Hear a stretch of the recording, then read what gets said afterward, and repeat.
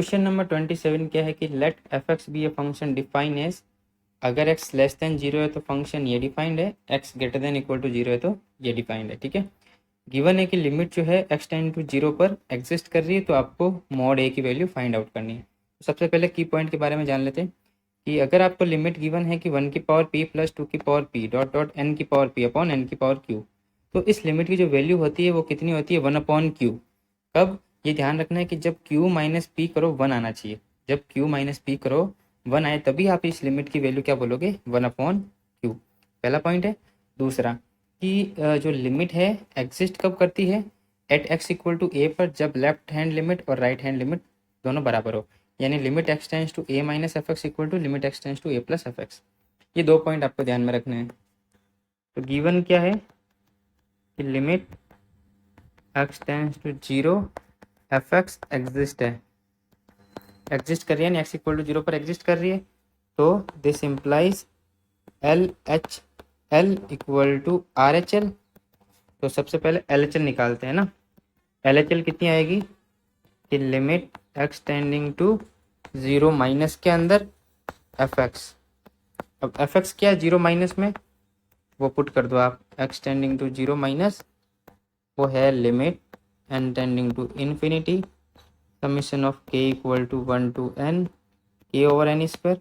आई think यही है, हाँ ठीक है। और मल्टीप्लाई में है limit n tending to infinity 1 की पावर 5 प्लस 2 की पावर 5 एन की पावर 5 डिवाइडेड बाई एन की पावर 6। ये आपके एल एच एल है। ठीक है, तो अब आप क्या करोगे, पहले इसको सॉल्व करो एक बार और फिर इसको सॉल्व करते हैं। ठीक है, देखते हैं कितना आ रहा है। तो पहले मैं इसको सॉल्व कर रहा हूँ, है ना, कि limit equation number 1, limit n tending to infinity summation of k equal to 1 to n k over n square. तो ये तो है, अगर आप ध्यान से देखो ना, देखते मालूम चल जाना चाहिए क्या है। ये है 1 plus 2 plus 3 plus dot dot dot plus n over n square. और देखो मैंने अभी आपको फॉर्मूला बताया था कि देखो p की वैल्यू अगर आप इसमें देखो ना, यहाँ 1 1 1 1 है और q की वैल्यू 2 है, तो 2 माइनस 1 1 आ रहा है, इसका मतलब इसका आंसर कितना हो जाएगा, 1 अपॉन 2। और ये जो लिमिट है, limit n tending to infinity 1 की पावर 5 प्लस 2 की पावर 5 डॉट डॉट एन की पावर 5 अपॉन एन की पावर 6। तो इसमें भी q माइनस पी यानी कि 6 माइनस 5 इक्वल टू 1 आ रहा है, तो इसका आंसर हो जाएगा 1 अपॉन 6। तो दोनों को जब कंबाइन करेंगे ना, तो एल एच एल कितनी आ रही है, एल एच एल आ रही है limit x tending to zero minus 1/2 into 1/6 1/12, ये एल एच एल आ रही है। ठीक है, अब R H L, R H L क्या है कि limit x tending to zero plus f x. तो limit x tending to zero plus f x हमको क्या गिवन है, एफ एक्स तो ठीक है, ये है A integration 0 to x t minus sine t d t divide में 0 to x sine 2t minus 2 tan t d T.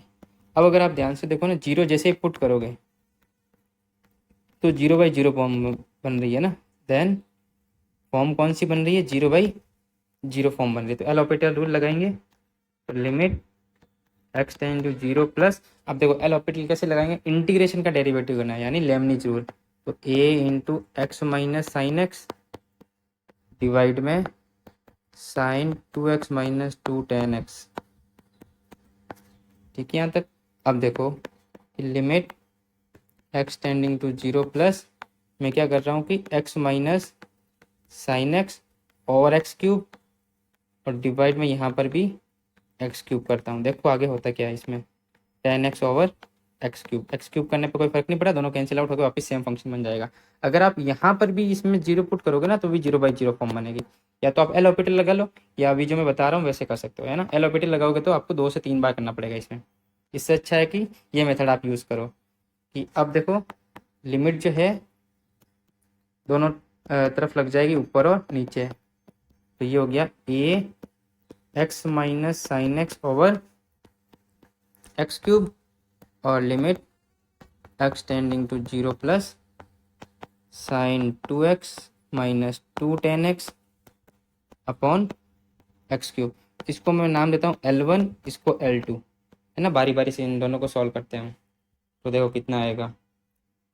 तो सबसे पहले तो L1 को सॉल्व करते हैं। L1 यानी limit x tending to 0 plus a into x minus sine x over x cube. तो एक्सपेंशन इसमें यूज़ कर लो क्योंकि इजी रहेगा। अगर आप एल ऑपरेटर लगाओगे 3 बार करना पड़ेगा। तो ये हो गया x minus x plus x cube on factorial 3 divided by x cube. X cancel और एक्स क्यूब से एक्स क्यूब कैंसिल, यानी कि कितना बचा a/6। और L2 की वैल्यू कितनी आई, limit x tending to 0 plus sine 2x minus 2 tan x divide में कितना एक्स क्यूब। सबसे पहले साइन 2x को हम ओपन करते हैं, कितना होता है, ये होता है 2 sine x cos x minus इसको मैं ले सकता हूँ 2 sine x over cos x divide में कितना एक्स क्यूब।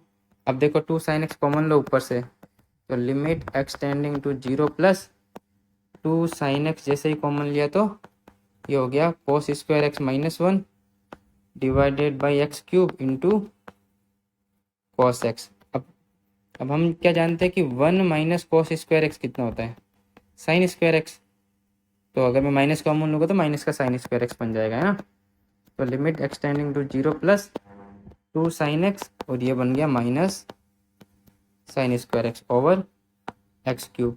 कॉस में यहाँ 0 रखेंगे तो कॉस 0 1 ही होता है, ठीक है। तो उसकी वैल्यू 1।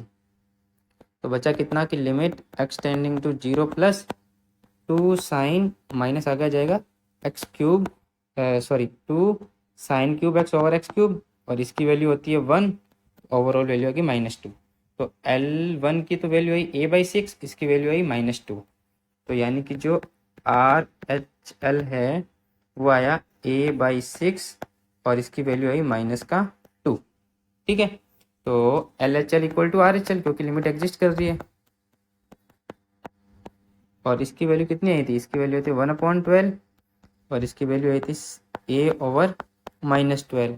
तो यहाँ से a की वैल्यू कितनी आ गई, -1। पूछा हमें मॉड a है ना, तो mod a is equal to 1, यानी कि इसमें मॉड a की वैल्यू कितनी आएगी, इज इक्वल टू 1।